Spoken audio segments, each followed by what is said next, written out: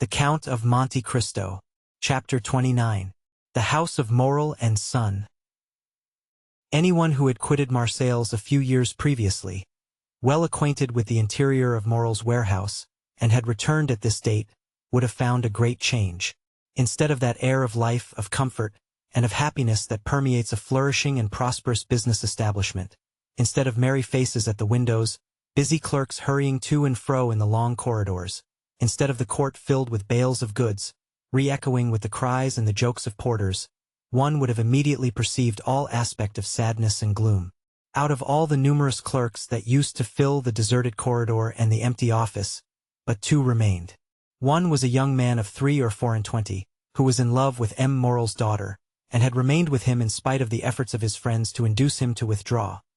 The other was an old one-eyed cashier called Cockles, or Cockeye, a nickname given him by the young men who used to throng this vast now almost deserted beehive, and which had so completely replaced his real name that he would not, in all probability, have replied to anyone who addressed him by it.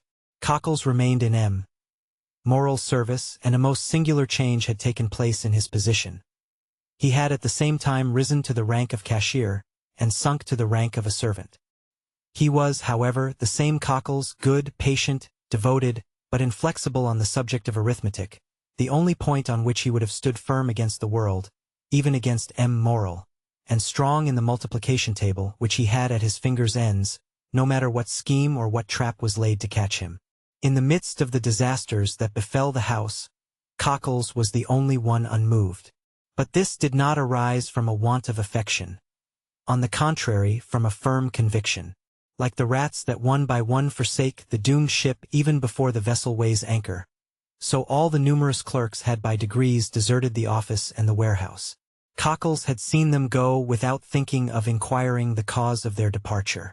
Everything was, as we have said, a question of arithmetic to Cockles, and during 20 years he had always seen all payments made with such exactitude, that it seemed as impossible to him that the house should stop payment, as it would to a miller that the river that had so long turned his mill should cease to flow. Nothing had as yet occurred to shake Cockles' belief. The last month's payment had been made with the most scrupulous exactitude. Cockles had detected an overbalance of 14 sous in his cash, and the same evening he had brought them to M. Morel, who, with a melancholy smile, threw them into an almost empty drawer, saying, "Thanks, Cockles. You are the pearl of cashiers." Cockles went away perfectly happy, for this eulogium of M. Morel, himself the pearl of the honest men of Marseilles, flattered him more than a present of 50 crowns.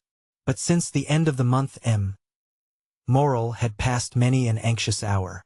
In order to meet the payments then due, he had collected all his resources, and, fearing lest the report of his distress should get bruited abroad at Marseilles when he was known to be reduced to such an extremity, he went to the Beaucaire fair to sell his wife's and daughter's jewels and a portion of his plate.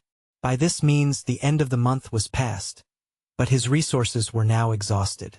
Credit, owing to the reports afloat, was no longer to be had, and to meet the 100,000 francs due on the 15th of the present month, and the 100,000 francs due on the 15th of the next month to M. de Beauville, M. Morel had, in reality, no hope but the return of the Pharaon, of whose departure he had learnt from a vessel which had weighed anchor at the same time, and which had already arrived in harbor. But this vessel which, like the Pharaon, came from Calcutta, had been in for a fortnight, while no intelligence had been received of the Pharaon. Such was the state of affairs when, the day after his interview with M. de Beauville, the confidential clerk of the house of Thomson and French of Rome, presented himself at M. Morel's. Emmanuel received him. This young man was alarmed by the appearance of every new face, for every new face might be that of a new creditor, come in anxiety to question the head of the house. The young man, wishing to spare his employer the pain of this interview, questioned the newcomer. But the stranger declared that he had nothing to say to M. Emmanuel, and that his business was with M. Morel in person. Emmanuel sighed, and summoned Cockles. Cockles appeared, and the young man bade him conduct the stranger to M. Morel's apartment. Cockles went first, and the stranger followed him. On the staircase they met a beautiful girl of 16 or 17, who looked with anxiety at the stranger. M. Morel is in his room, is he not, Mademoiselle Julie? Said the cashier. Yes, I think so, at least, said the young girl hesitatingly. Go and see, Cockles. And if my father is there, announce this gentleman. It will be useless to announce me, mademoiselle, returned the Englishman. Morel does not know my name. This worthy gentleman has only to announce the confidential clerk of the house of Thomson and French of Rome, with whom your father does business. The young girl turned pale and continued to descend, while the stranger and Cockles continued to mount the staircase. She entered the office where Emmanuel was, while Cockles, by the aid of a key he possessed, opened a door in the corner of a landing place on the second staircase, conducted the stranger into an antechamber, opened a second door, which he closed behind him, and after having left the clerk of the house of Thomson and French alone, returned and signed to him that he could enter. The Englishman entered and found Morel seated at a table, turning over the formidable columns of his ledger, which contained the list of his liabilities. At the sight of the stranger, Morel closed the ledger, arose and offered a seat to the stranger, and when he had seen him seated, resumed his own chair. 14 years had changed the worthy merchant, who, in his 36th year at the opening of this history, was now in his 50th. His hair had turned white, time and sorrow had plowed deep furrows on his brow, and his look, once so firm and penetrating, was now irresolute and wandering, as if he feared being forced to fix his attention on some particular thought or person. The Englishman looked at him with an air of curiosity, evidently mingled with interest. "Monsieur," said Morel, whose uneasiness was increased by this examination, "you wish to speak to me?" "Yes, monsieur." "You are aware from whom I come?" "The house of Thomson and French. At least, so my cashier tells me." "He has told you rightly. The house of Thomson and French had 300,000 or 400,000 francs to pay this month in France, and, knowing your strict punctuality, have collected all the bills bearing your signature, and charged me as they became due to present them, and to employ the money otherwise." Morel sighed deeply, and passed his hand over his forehead, which was covered with perspiration. "So then, sir," said Morel, "you hold bills of mine?" "Yes, and for a considerable sum." "What is the amount?" asked Morel with a voice he strove to render firm. "Here is," said the Englishman, taking a quantity of papers from his pocket, "an assignment of 200,000 francs to our house by M. de Beauville, the inspector of prisons, to whom they are due.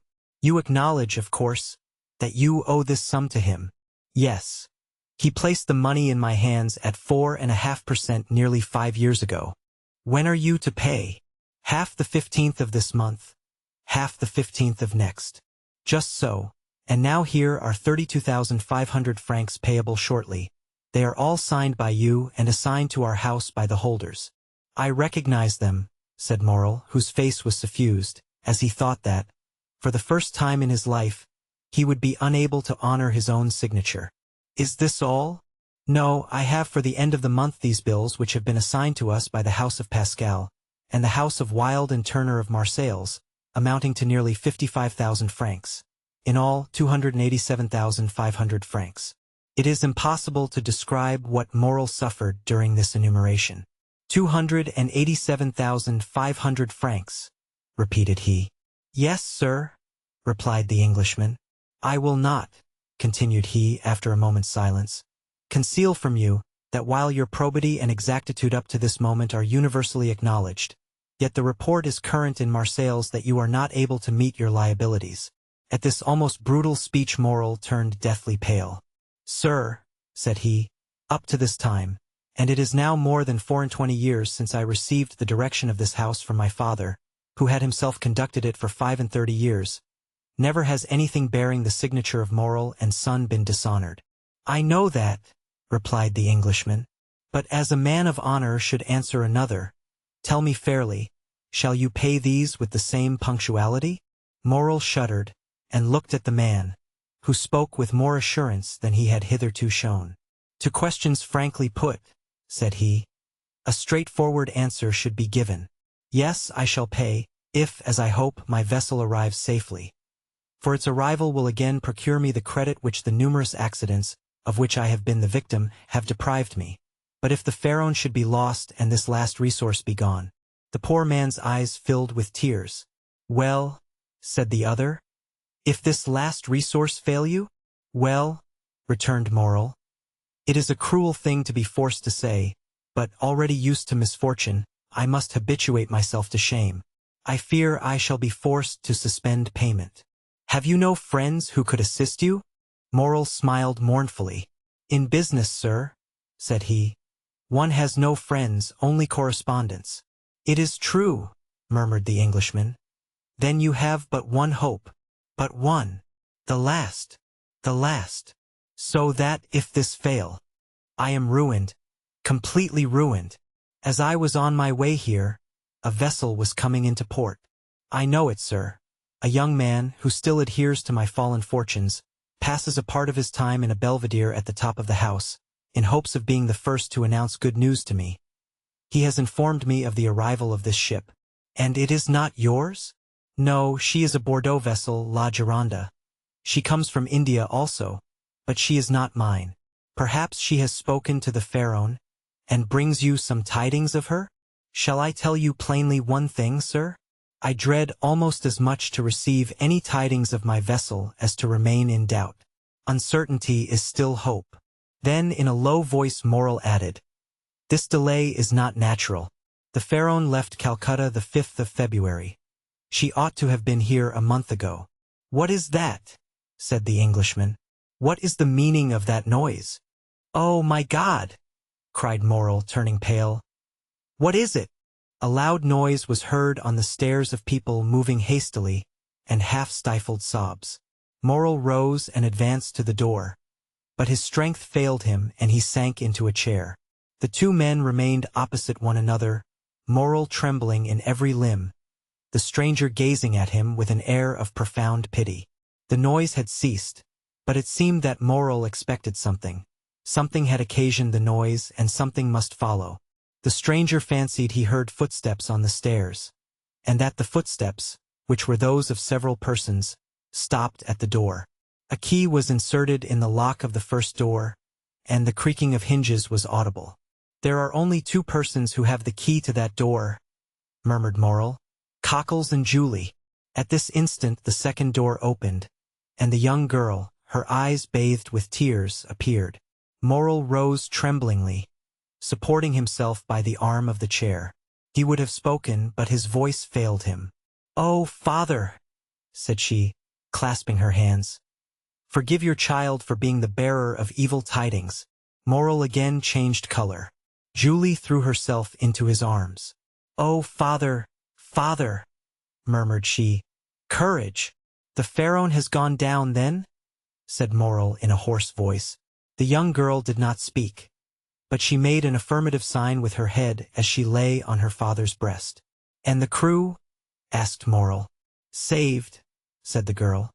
"Saved by the crew of the vessel that has just entered the harbor." Moral raised his two hands to heaven with an expression of resignation and sublime gratitude. "Thanks, my God," said he. "At least thou strikest but me alone." A tear moistened the eye of the phlegmatic Englishman. Come in, said Moral, "for I presume you are all at the door." Scarcely had he uttered those words when Madame Moral entered weeping bitterly. Emmanuel followed her, and in the antechamber were visible the rough faces of 7 or 8 half-naked sailors. At the sight of these men the Englishman started and advanced a step, then restrained himself, and retired into the farthest and most obscure corner of the apartment. Madame Moral sat down by her husband and took one of his hands in hers. Julie still lay with her head on his shoulder. Emmanuel stood in the center of the chamber and seemed to form the link between Moral's family and the sailors at the door. "How did this happen?" said Moral. "Draw nearer, Penelon," said the young man, "and tell us all about it." An old seaman, bronzed by the tropical sun, advanced, twirling the remains of a hat between his hands. "Good day, Moral," said he, as if he had just quitted Marseilles the previous evening, and had just returned from Aix or Toulon. "Good day, Penelon," returned Moral, who could not refrain from smiling through his tears. "Where is the captain?" "The captain, Moral. He has stayed behind sick at Palma. But please God it won't be much, and you will see him in a few days all alive and hearty." "Well, now tell your story, Penelon." Penelon rolled his quid in his cheek, placed his hand before his mouth, turned his head, and sent a long jet of tobacco juice into the antechamber, advanced his foot, balanced himself and began. You see, Moral, said he. We were somewhere between Cape Blanc and Cape Boyador, sailing with a fair breeze, south-southwest after a week's calm, when Captain Gommard comes up to me. I was at the helm, I should tell you, and says, Penelon, what do you think of those clouds coming up over there? I was just then looking at them myself. What do I think, Captain? Why, I think that they are rising faster than they have any business to do, and that they would not be so black if they didn't mean mischief. That's my opinion too, said the captain, and I'll take precautions accordingly. We are carrying too much canvas. Avast there, all hands! Take in the studding sails and stow the flying jib. It was time. The squall was on us, and the vessel began to heel. Ah, said the captain, we have still too much canvas set. All hands lower the mainsail. 5 minutes after, it was down, and we sailed under mizzen-topsails and topgallant sails. Well, Penelon, said the captain, what makes you shake your head? Why, I says, I still think you've got too much on. I think you're right, answered he. We shall have a gale. A gale? More than that, we shall have a tempest, or I don't know what's what. You could see the wind coming like the dust at Montredon. Luckily the captain understood his business. Take in 2 reefs in the topsails, cried the captain. Let go the bowlines, haul the brace, lower the topgallant sails, haul out the reef tackles on the yards. That was not enough for those latitudes, said the Englishman. I should have taken 4 reefs in the topsails and furled the spanker. His firm, sonorous, and unexpected voice made everyone start. Penelon put his hand over his eyes, and then stared at the man who thus criticized the maneuvers of his captain. We did better than that, sir, said the old sailor respectfully. We put the helm up to run before the tempest. 10 minutes after we struck our topsails and scudded under bare poles. The vessel was very old to risk that, said the Englishman. It was that did the business. After pitching heavily for 12 hours we sprung a leak. Penelon, said the captain, I think we are sinking. Give me the helm and go down into the hold. I gave him the helm and descended. There was already 3 feet of water. All hands to the pumps, I shouted. But it was too late, and it seemed the more we pumped the more came in. Ah, said I after 4 hours' work. Since we are sinking, let us sink. We can die but once.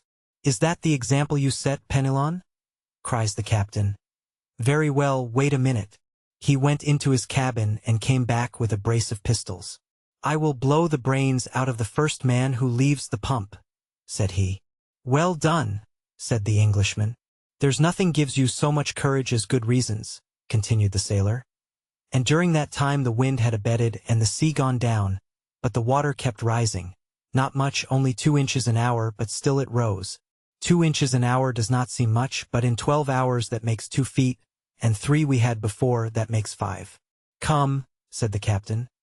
We have done all in our power, and Moral will have nothing to reproach us with. We have tried to save the ship. Let us now save ourselves. To the boats, my lads, as quick as you can. Now, continued Penelon, you see, Moral, a sailor is attached to his ship, but still more to his life, so we did not wait to be told twice. The more so that the ship was sinking under us and seemed to say, Get along, save yourselves. We soon launched the boat, and all 8 of us got into it. The captain descended last, or rather, he did not descend. He would not quit the vessel. So I took him round the waist and threw him into the boat, and then I jumped after him. It was time, for just as I jumped the deck burst with a noise like the broadside of a man-of-war. 10 minutes after she pitched forward, then the other way, spun round, and then goodbye to the Pharaon. As for us, we were 3 days without anything to eat or drink, so that we began to think of drawing lots who should feed the rest. When we saw La Gironda, we made signals of distress. She perceived us, made for us, and took us all on board. There now, Moral, that's the whole truth on the honor of a sailor. Is not it true, you fellows there? A general murmur of approbation showed that the narrator had faithfully detailed their misfortunes and sufferings. Well, well, said Moral. I know there was no one in fault but destiny. It was the will of God that this should happen. Blessed be his name. What wages are due to you? Oh, don't let us talk of that, Moral. Yes, but we will talk of it. Well then, 3 months, said Penelon. Cockles, pay 200 francs to each of these good fellows, said Morel. At another time, added he, I should have said, give them, besides, 200 francs over as a present. But times are changed, and the little money that remains to me is not my own, so do not think me mean on this account. Penelon turned to his companions, and exchanged a few words with them. As for that, Morel, said he, again turning his quid. As for that. As for what? The money. Well, we all say that 50 francs will be enough for us at present, and that we will wait for the rest. Thanks, my friends, thanks, cried Morel gratefully. Take it, and if you can find another employer, enter his service. You are free to do so. These last words produced a prodigious effect on the seaman. Penelon nearly swallowed his quid. Fortunately, he recovered. What, Morel, said he in a low voice.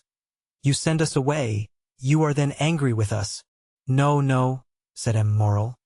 I am not angry, quite the contrary, and I do not send you away. But I have no more ships, and therefore I do not want any sailors. No more ships, returned Penelon. Well then, you'll build some, we'll wait for you. I have no money to build ships with, Penelon, said the poor owner mournfully. So I cannot accept your kind offer. No more money? Then you must not pay us. We can scud, like the Pharaoh, under bare poles. Enough, cried Morel, almost overpowered. Leave me, I pray you. We shall meet again in a happier time. Emmanuel, go with them, and see that my orders are executed. At least we shall see each other again, Morel? Asked Penelon.